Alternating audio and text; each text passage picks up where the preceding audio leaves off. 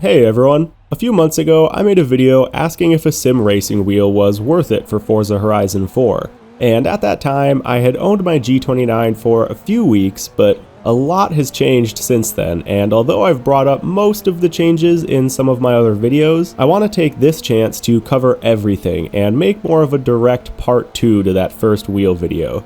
So, let's dive into all the updates on my sim rig, and give it another shot in Forza Horizon 4. Starting with the most necessary addition that a lot of you guys pointed out, I do have a shifter now. It's the Logitech 6-speed shifter with a Dojo carbon fiber shift knob on it.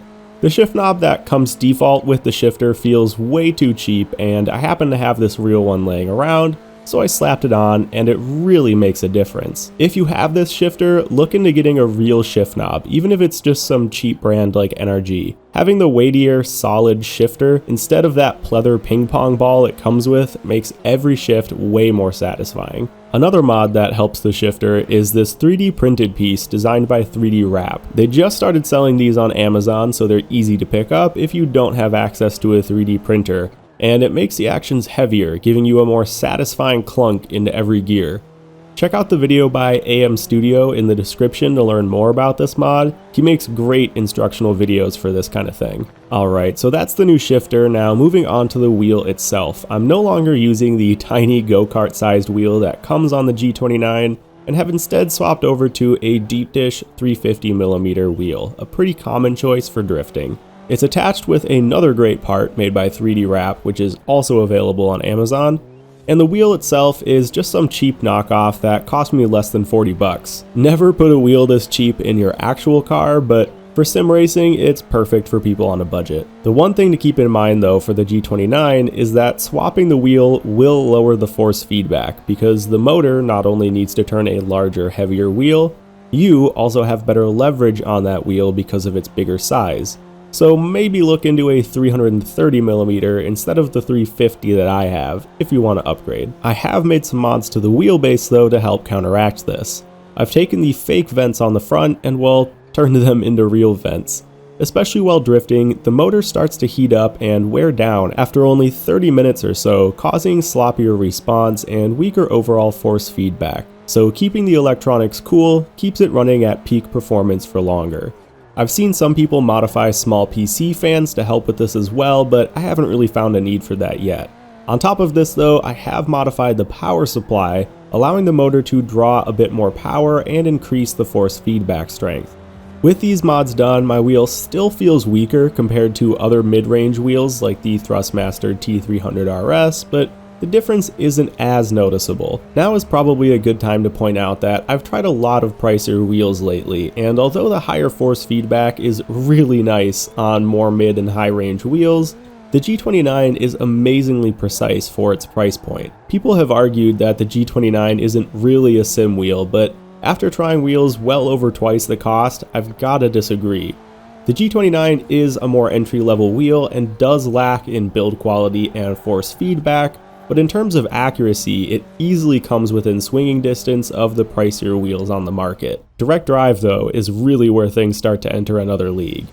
Now, moving on to the pedals, I have left these stock for now, but a lot of you have suggested adding a load cell mod, so I may be looking into that for the future. The Handbrake was around for my first video, but a lot of you asked about it, so I will cover it quick. It's an off-brand, sold on Amazon and eBay, usually under the name Color Tree. It ran me about 90 bucks US and is honestly one of the more quality parts of the whole setup. It's a real hydraulic handbrake with the brake fluid reservoir removed and electronics added. So it feels exactly like a real hydro handbrake. I really love this thing. Now talking about quality, let's get to the biggest upgrade I've made here. The part holding it all together, my OpenWheeler Gen 2 racing cockpit. I just picked this up the other week and it makes all the difference, seriously. The way I had everything mounted previously wasn't too bad. Everything stayed secure, but only if I was careful with it, and that's the big difference this seat and stand makes. Every part is hard bolted to the cockpit, meaning I can bang through the gears, rip the handbrake, flick the wheel, and step on the foot brake with confidence. I did not realize how big of a difference this would make in the feeling of immersion while racing. Having those back of your head thoughts like, oh, I can't press the brakes too hard or the pedals will slide forward. it really prevents from allowing yourself to drive like you could in a real car, and it just hurts the overall experience. But with everything bolted in and in a set layout that won't shift around, it really feels cool. Now about this model specifically, again the OpenWheeler Gen 2, I was originally looking at entry-level cockpits from Playseat, which are pretty similarly priced, but to me this beats it in almost every way. The build quality here is insane. I mean, the welds are better than the welds on the seat bracket in my actual street car. Everything is super customizable. I can position any part of the setup wherever I want to get everything feeling just right. Now, I did get the seat risers, which cost a bit extra, but they changed the feel from sitting in an F1 car to more like sitting in an actual street car.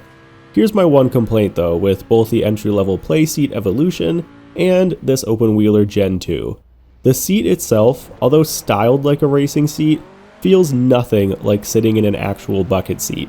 There's no side support, it's pretty cushy, and it's honestly just like sitting in a gaming seat. Obviously, it makes a lot of sense why they did this, and you don't need support in a sim rig. It's not like you're getting thrown around, but it would still be nice to give you that further feeling that you're in a real race car. And I don't know about you guys, but to me, racing seats are really comfy. If I could swap the seat out of my Supra into my Element for road trips, believe me, I'd do it.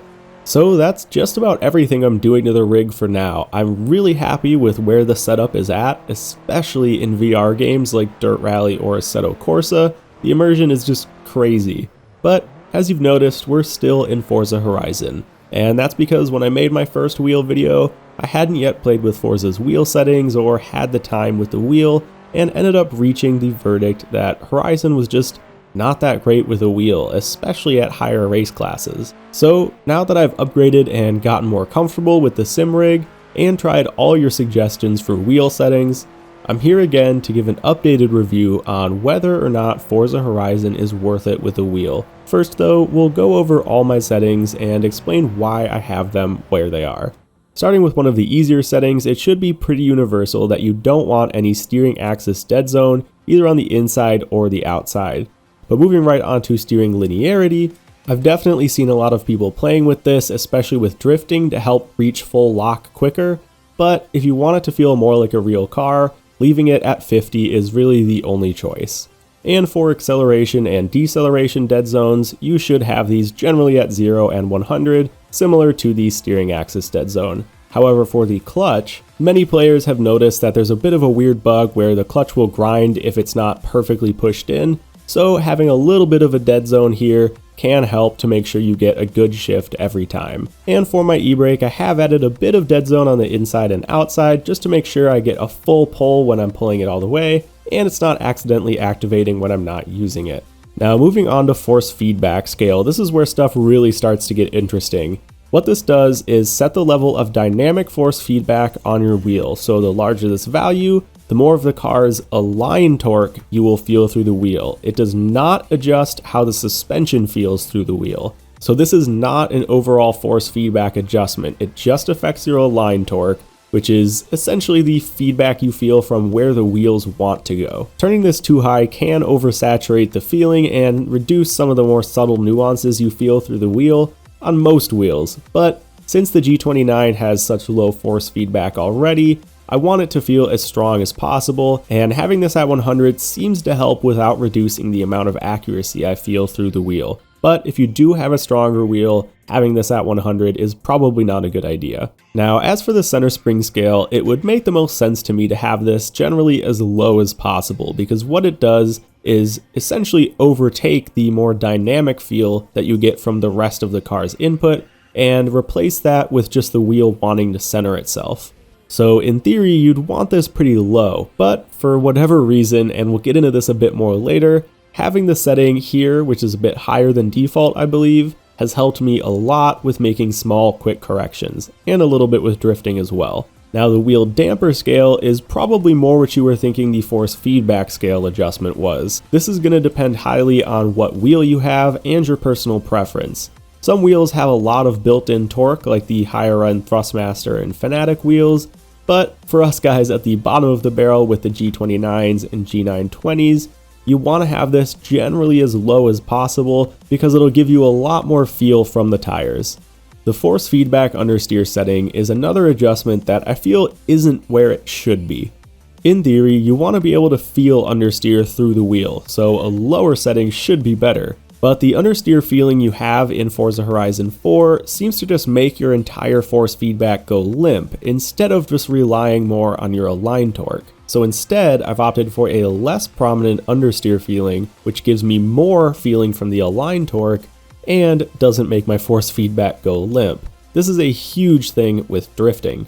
We'll talk more about this setting in a second here too, but for force feedback minimum force, this is a setting that I feel should be at 100% or at least close to if you don't have wheel oscillation issues. What this does is either reduce or increase the amount of feeling you get from smaller adjustments. If you have this set too low, you won't be able to react to smaller adjustments, and the steering in general will just feel vague. And finally, for steering sensitivity, this setting is essentially your wheel rotation amount.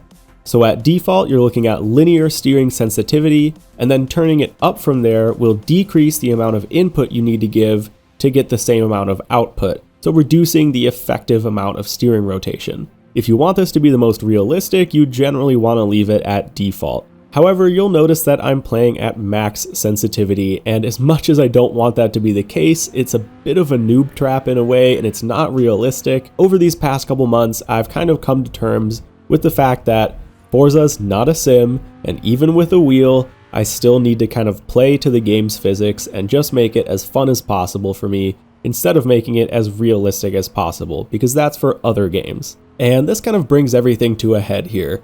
Nitro Glitter on the Forza Horizon forums posted an amazing write-up about every single setting and how it affects every single bit of the car's handling. I'll scroll through it here, but I highly recommend you read through this whole thing if you plan on using a wheel with Horizon 4, or if you're just struggling with it. It's incredibly detailed, and honestly I could probably make a whole video just based off that one article, but besides the fact that I don't really want to just plagiarize and rip her article into video format, there's another more pressing issue here, and this is kind of the main point of going over these settings, is that although that article is great and explains how everything should be and should work, there is just something not right with Horizon 4's force feedback. In my opinion, it's an issue with grip and align torque. There just really isn't any feeling of align torque through the wheel. I don't know what's going on, but essentially what you have to do is fake that feeling through settings like the force feedback understeer or the center spring scale.